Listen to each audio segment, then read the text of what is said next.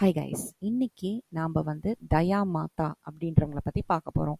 இந்த தயா மாதா அப்படின்றவங்க யார் அப்படின்னு பார்த்தீங்கன்னா, பரமஹம்ச யோகானந்தர் இருக்கார் இல்லைங்களா. நான் வழியாக சொல்லிட்டு வந்தேன். முதல்ல மகாவதார் பாபாஜி, லஹரி மகசாயர், யுக்தேஸ்வரகிரி, பரமஹம்ச யோகானந்தர். பரமஹம்ச யோகானந்தருக்கு அடுத்து இந்த தயா மாதான்றவங்க இந்த YSS ஆர்கனைசேஷனுக்கு தலைவராக பொறுப்பேற்கிறாங்க. சரிங்களா.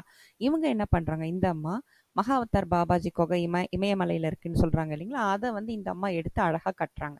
கட்டி முடிச்ச அப்புறம் இந்த அம்மா உட்காந்து அமைதியாக மெடிடேஷன் பண்ணுறாங்க அந்த குகையில். பண்ணிட்டு இருக்கும்போது என்ன ஆச்சு, திடீர்னு பார்த்தா அந்த குகை வந்து பார்த்தீங்கன்னா ஒரு ஒளி வெள்ளமாக ஃபுல்லாக மாறிடுது.